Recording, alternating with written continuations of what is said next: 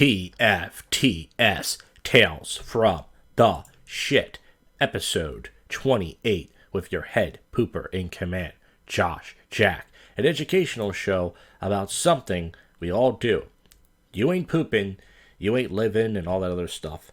Well, folks, I hope you had a Thanksgiving, and we'll call this a Thanksgiving special, but whatever. I'm going to do something different. I do have topics, but I'm going to save them for the next episode, because I have a decent amount, but if we wait another 2 weeks, we'll have some more stuff. I decided to do something different on this episode. This is not live, as you can see, and I'm going to be playing clips from...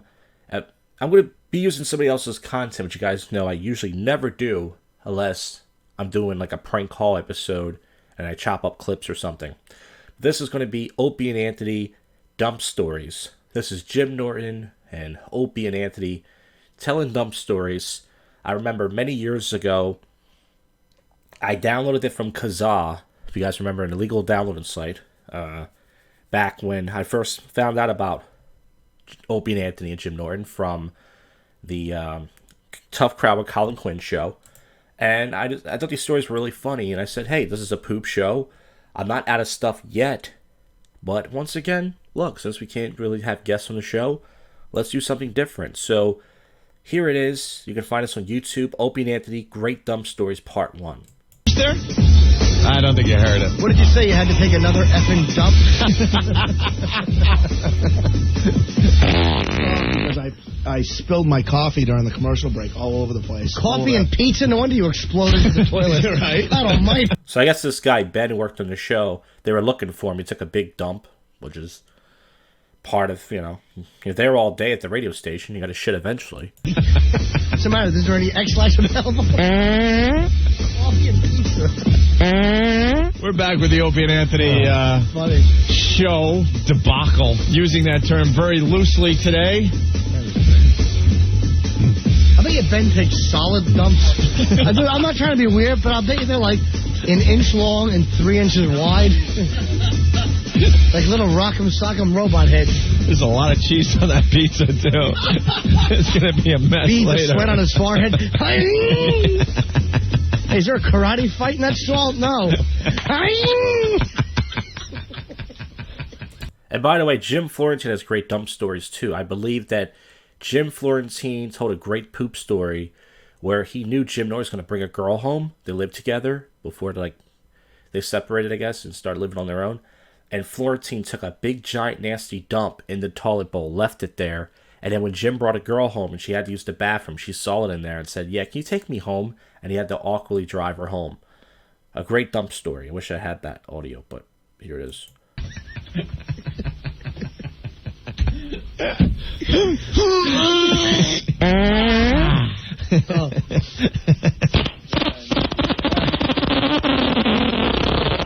Ben just wants to go home. That's hilarious. You were the one that messed up this whole show, and you don't even know it by having a party last night. Trying to wipe herky-jerky movements, paper all over the stall. But look, Ben is not amused in the least. Let's move on. Hooker story. Bowel move on. Oh, my God. There's some sick. Was that your stomach rumbling? Right? That was the thunder outside. Oh. Priming up for another evacuation. The cheese working its way through Ben. Yeah. Ben, I thought cheese didn't sit well with you.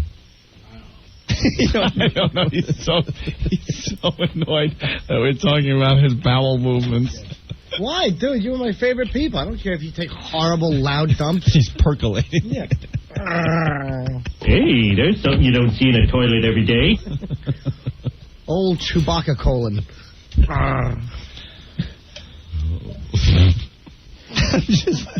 It's hilarious. Did he clean up the mess you made? The coffee and the keyboard and the computer and stuff? Pretty close. Okay. Hope you don't have to dump out. Not you. It's a radio show. Ben, you should really be shot for having your party last night. What should he be shot with? Hopefully not Metamucil.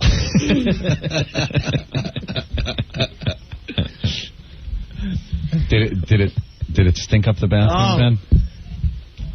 was waiting for Richard Dreyfuss with AIDS there to come in. Oh, that faggot with the beard who loves to run in there after You know what? I really hate having to use that bathroom, too, if anyone else comes in. I hate that. I don't like using any bathrooms when people are in there if I got a crunch, man, because it's a very private moment for me. Yeah, very private moment. And sometimes you get such a bad stomach ache and you really got to go, and I run to the back, and he's got the door propped open, the Richard Dreyfuss with AIDS guy that cleans the bathroom. And he's got the door propped open with his cleaning equipment cart blocking the door open. And I come around that corner and go, oh, Jesus Christ, I'm just going to crap myself. The weird thing is That actually happened to me at work. They cleaned the bathroom at certain times, and one day I had to take a shit. And luckily, the cleaning woman just got done cleaning the bathroom, and she knew the way I was walking in there, like, oh, fuck, I just cleaned the bathroom. This guy's going to shit. Oh, no.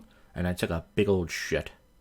Thanks for cleaning it, though. he cleans the bathroom for a really long time. And he has the breathe right strip over his nose so he can enjoy every odor. He makes me sick. Hey, Jacques Cousteau, clean it at midnight. You don't have to clean it at 7 p.m. He loves being in there when he knows show guys are taking dumps. He really does. And he acts like he doesn't know English. Yeah, he shuffles around, doesn't even put gloves on, just scrubs out the toilet. Hey, if something winds up under my nails, well, I'll eat it on the way home. Elbow in the ribs. He makes me sick. I don't even like taking a leak when he's doing that. The door's propped open. People are walking by. You're just standing there. The guy doesn't understand. Close the door. Clean the stuff at night and get out of there. I took a leak next to Earl the other day, and I looked right over. I was just staring right at his mule. Boy, Earl, are you a myth breaker? Earl looked like he might have 5. I was in perfect condition. I was in the stall, and I heard him yell, stop that, and I didn't know what was going on. Because I'm standing next to him, and I am looking right over past his shirt. I could just get a full view. Very, very unimpressive. Earl likes to talk, too, when you're in the bathroom. He's one of the guys that you'll be in there, and you'll be like... A talker? He likes to talk. It's a little awkward. My 2 buddies at Pergament, when I used to work there, this guy Malcolm was taking a dump, and him and this other dude were passing a pound cake under the door. I swear to God. The guy's under the door, and all of a sudden I see an pound cake come back up, and the guy outside takes a bite. Pass it to a guy taking a... So I'm passing a pound cake underneath the door and eating it while they're shitting. Now, this is where the stories start right here. This is why I want to do this live, because I was too lazy to write this down earlier. So here it comes. This is where it starts. Dump a pound cake. I never will forget my buddy Malcolm McGee and another guy. I forget the other guy. It's awful. One time my father took us to Nathan's. You know, the hot dogs, famous for their hot dogs, and they serve fried chicken and stuff. So we went into the bathroom because, you know, my dad took his 2 sons, and then we all had to take a leak. So we go into the bathroom. We passed by the stall, and one of the stalls didn't have a door. And sitting on the bowl was this old black guy eating Nathan's fried chicken, just sucking on a wing right there on the bowl. Someone wrote in the comments section, that's where it all started for Anthony. Never again he looked at another black man the same. I was like, oh, all right. Oh, God. All right. My stomach is hurting today. Well, guess who else's was? And he's finished with that cheesy pizza. Bowel moving Ben. Pizza and coffee. What's that beverage? Fleet? He's dripping sweat from his forehead already. Right, it's a day after a crazy party. Right under, like, where Ben's hair meets that, there's just sweat trickling down. It's awful. Oh, my God. He's going to look like he rode his 10-speed bike through a mud puddle up the back. I bet you when he pushes on those dumps, his little feet come up off the floor. The little feet come up off the floor.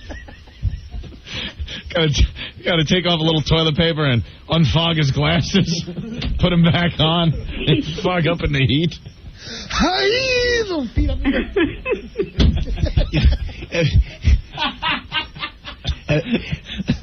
Have you ever been in a bathroom, though, in that situation? Like, there was one guy, it was like a year ago, that worked in the other office on the other, that would be like, in there. Oh, it's horrible. It's the worst. It is true. There are guys who make sounds in the bathroom. There's guys who go, ha, ha, ha, like it burns their ass and stuff. Hey, this guy. The guy. Yeah, guys like that. Bathroom guy I've ever seen. Oh, yeah. Dude, give me the key. You'll be back. He'll be back. In No. And those are all dumps, too, man. I don't mess around. Perfect blonde surfer dumps. That's what I try to do, too. I try to hold the poop in, especially at work, as long as possible. So that way when I go, there's no straining. You know, you kind of just... I wipe the seat down and just get right to it.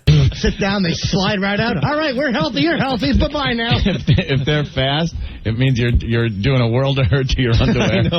You're just pulling them up and running out. Yeah. Sometimes you got to sit down and let things cool down. When he knows it's time to go and he feels a little tickle on his ankle? Oh. Your legs fall asleep, you get off the ball looking like a newborn fawn. Got a butt hickey. Dude, I was walking with my buddy Bill D'Angelo to school when I was a little boy, and Now, Jim tells this story still to this day about his buddy Bill D'Angelo and many poop stories with this guy. I wish I get in contact with this guy so I could interview him for the show. this is true. I used to hate using public bathrooms. I had a log fighting to get out. Absolutely true story. And I was clenching, and I guess the front piece made the escape when I clenched, and it dropped. It's true.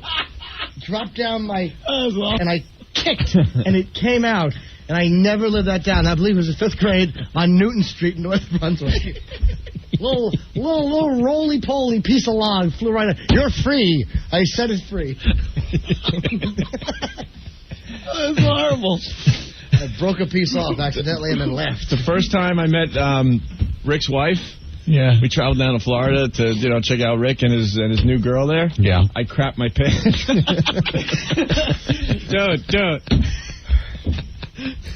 I've asked guys before if they ever pooped theirself, and most guys say yes, they've been sick, but there are a few guys out there who've never pooped theirself, and I think they deserve a Nobel Peace Prize for that, because it's hard to not shit yourself at least once as an adult. No joke, he'll tell you. It was the most embarrassing thing ever happened to me. I had shorts on because it was summer. And they're like, all right, we're going to go drive to Orlando. And as they left, it was 5 minutes later, they're back in my apartment. It's just like, let me in. No. It's a lot better than that. I was wearing boxers. Boxers was, pretty in back then. And I was saying goodbye to Rick and his girlfriend on their stoop. I thought I could let one slide out. Oh, God. Rolling right down the leg. Oh, my God. Oh, my God, that's awful. Set it free. That's terrible. I spent the next hour just teaching his bathroom a lesson.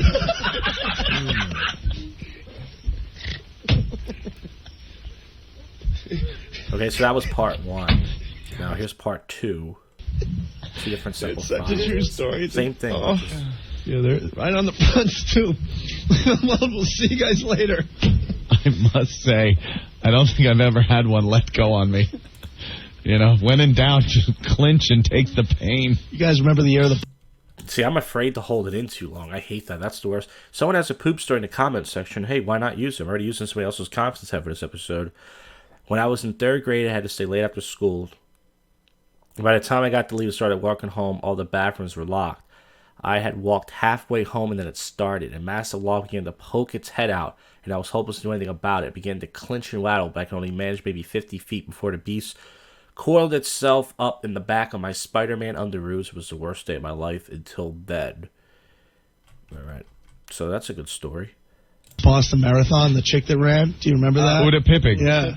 Uda, she won the marathon just with every fluid possible. Also, Robin Quivers from the Howard Stern Show, the second mic, she ran a marathon. She had diarrhea. She shit herself and had to have a poor Mexican guy hose her down. She's told that story many times. She was having her time and diarrhea at the same time. Yeah, Ugh. As she crossed the finish line, and they put that foil blanket around her, and it's a mess.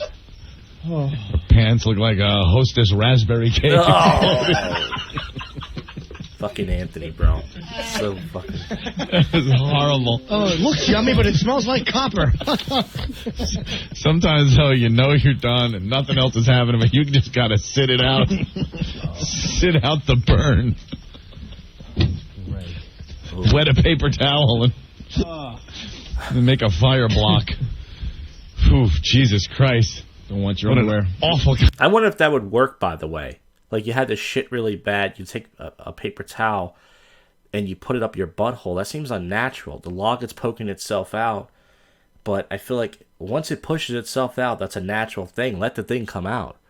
If you block it, I feel like the poop is just going to smear against the paper towel. It's going to come out no matter what. Women will never see the joy of a good dump chat. That's one thing that will always separate this. There's not a guy out I am there. crying. I got tears coming down my eyes from these stories. Every guy's enjoying this. They're all like, yeah, man. I really understand that. Oh, God. Every woman thinks it's gross and we should move on. Horrid. When I had first moved to New York, I had a few friends over one night in my old little apartment. And my friend Decker went to the bathroom. It smelled so bad, I puked out onto my screen out in my courtyard of my building. And all the puke, it was that bad as well. The puke got caught in the screen. It was the most disgusting thing ever. Did I ever tell you the time my buddies Bill and Frank were over? Still Bill, the same Bill I told you about, and this other dude, Frank. And I took a on a piece of Pepperidge Farm White. I swear to God, just to be silly. Just to be a silly goose. And I covered it with another piece of awful, crumbly Pepperidge Farm White. Fucking Norton has the most fucked up stories, dude. All the Monster Rain stories, all the alcoholic stories. He just had such a fucked up childhood, man. Put a little club sandwich thing in it. And as a goof, I showed them. And then I put it in the street and a car ran it over. It's a true story. Crumbly white Pepperidge Farm. Those times you have that horrible realization when you're well past the bathroom that you didn't clean up well enough. As you're walking, you just know this is really going to be bad when I get home. And it starts to burn. You feel like you have a salty potato chip in there.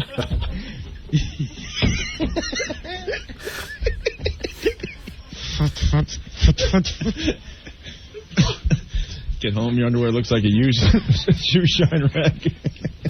Dude, I was at my bud. It's true. Wait, careful. And this is recently in New York. He was out jogging. And he had an attack of the stomach cramps, and he's like, uh-oh. So he hops in a cab. He can't even jog home. He hops in a cab. And he looks like a fourth-floor walk-up. He makes it all the way up. As he's walking into his apartment, he trips on the door jamb and just right into his pants.